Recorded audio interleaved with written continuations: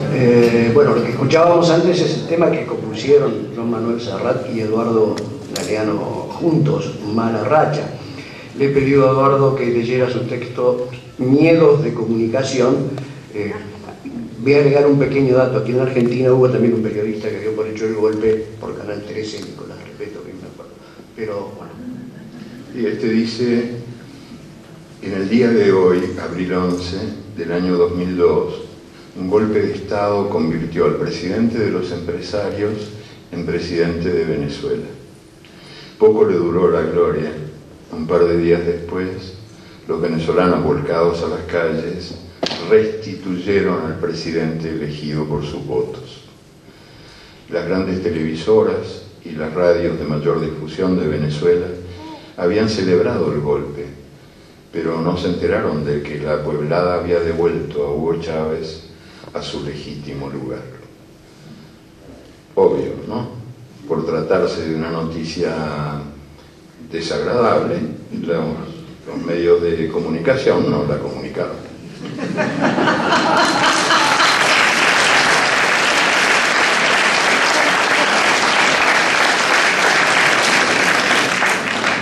Hay una sobre Napoleón que es muy reveladora del papel de los medios.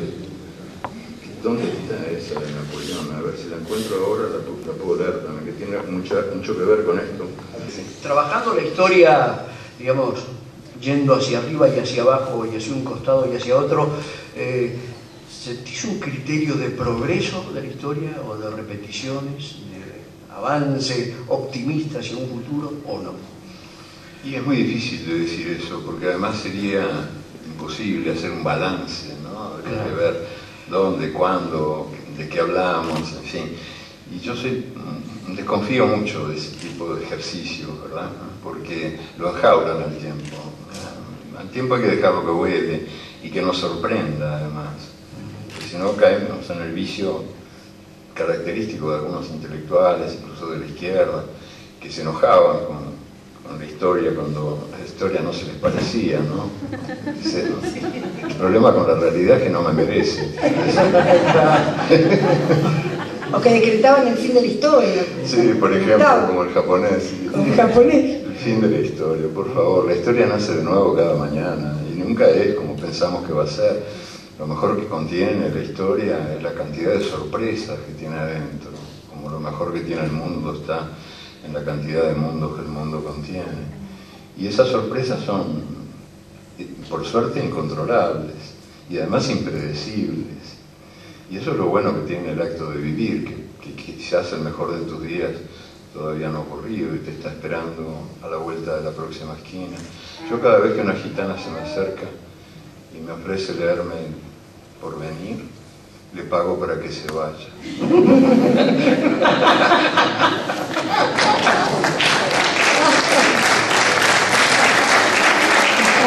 Hay un texto que escribís acá que es sobre la muerte de Horacio Quiroga. ¿Lo podés leer, por favor? Si lo tenés ahí, lo leo. Sí, yo me puse a imaginar, como yo lo admiro tanto, ¿no? Y me parece que fue un escritorazo, Horacio Quiroga, mitad uruguayo, mitad argentino, por cierto. Claro.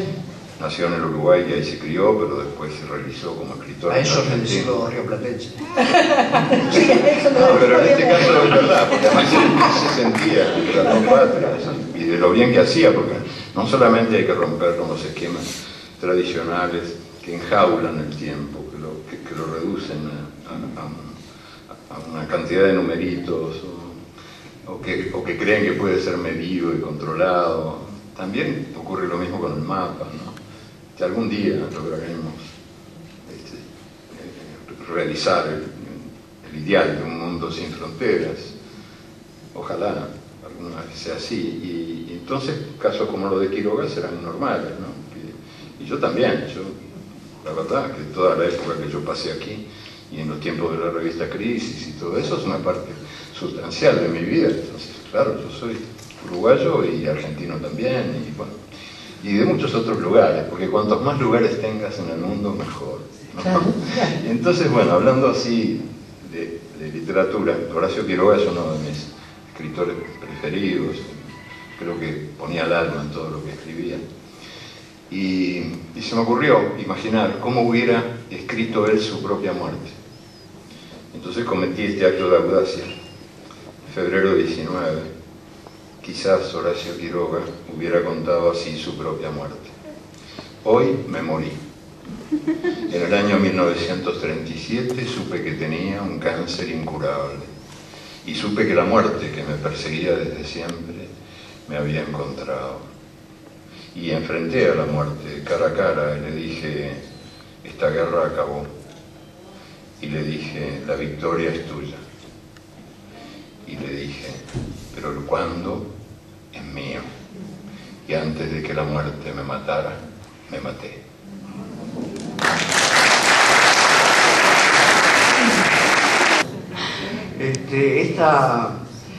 Como decía María, este Aleph de historias, has afinado un método de recolección, de recopilación, de ordenamiento, porque al fin y al cabo, leyendo tú ya casi 40 o no sé cuántos libros... No, es esto mi método de recopilación. Sí. Que es un pequeño, está mostrando, un pequeño librito así, sí, que, de 2 centímetros por 2, acá tengo todo. 2 centímetros por 2. Debe ser un iPod de encubierto. Debe ser un iPod de encubierto, sí, para mí que sí. Guardo todo acá. Todo lo que me parece que es interesante. Sí, es curioso como lo que guardás en la memoria de América Latina, ¿no? Sí, pero guardo cosas de fútbol también, de todo lo que escucho que me tienta, ¿no?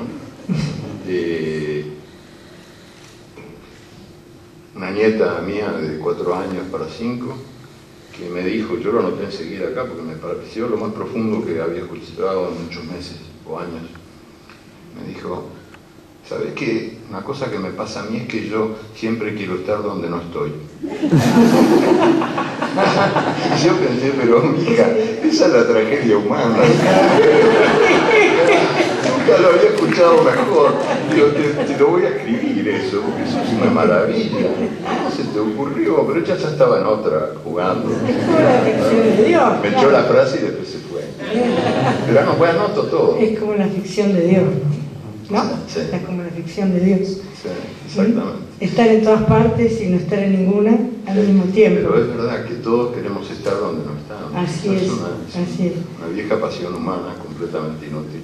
Así. Más vale luchar para cambiar el lugar. A muchos intelectuales hoy les pasa eso, creer estar donde no están. Sí, a los intelectuales también, a todos nos pasa de algún modo, o en algún momento, ¿viste? Sí, que queremos estar donde no estamos, o hacemos de cuenta que estamos donde no estamos. Es una debilidad humana, vieja como la historia, nada. Pero lo que me impresionó fue que alguien tan pequeño, de 4 años para 5, pudiera formularlas tan bien. Porque normalmente los adultos estamos muy apalabrados, muy palabreros somos, nos perdemos en un mar de palabras. Para decidir cualquier estupidez usamos una cantidad enorme de palabras. Y eso me devuelve, ya para terminar, a lo que me habías preguntado al principio sobre la brevedad del estilo. Yo creo que se la debo en gran medida a un maestro mío, un gran escritor uruguayo, novelista, Juan Carlos Onetti, que fue siempre muy cariñoso conmigo, que era un falso erizo, disfrazado de malo, pero en realidad era un hombre tierno y bueno. Y yo pasaba horas y horas, cuando era muy jovencito, hace 17, 18 años, empezaba a escribir algunas cosas. Me pasaba horas a su lado, siempre tendido en la cama. No se levantó en la cama nunca, creo, desde que era bebé hasta que murió. Solo para recibir el premio Cervantes. Y debe haber sido un esfuerzo tremendo. Pero sí, lo dejó debilitado para siempre. Quizás porque yo era el único que le aguantaba un vino espantoso que tomaba en aquel tiempo, que era un vino de cirrosis instantánea. Yo me sentaba al lado de él y tomaba vino con él mientras él fumaba, cara al techo, callados los dos, y a veces decía alguna cosa. Y para darle prestigio a lo que decía, invocaba fuentes prestigiosas y dignas de respeto. Por ejemplo, decía, según los persas, un viejo proverbio chino dice, yo escuchaba, registraba, pero le desconfiaba, porque sabía que era muy mentiroso. Entonces un día me dijo que había un proverbio chino que decía que las únicas palabras que merecen existir son las palabras mejores que el silencio. Eso me pareció una gran frase, fuera China o no fuera China, que yo creo que era de él, pero me pareció que era una lección que no debía olvidar nunca. Entonces cada vez que escribo me pregunto, múltiples versiones de cada texto que voy tirando a la basura y hago de nuevo y otra vez y otra, porque siempre me pregunto, ¿son palabras mejores que el silencio? Y si no son, merecen el tacho, al tacho. Bueno, muchas gracias. Bueno, Eduardo, ha sido para la radio pública un gran placer, para los oyentes que hoy se han dirigido en todo el país, para que se acercaron hoy a este auditorio. Así que muchas gracias a vos por tu presencia y nos reencontraremos en el mismo aula.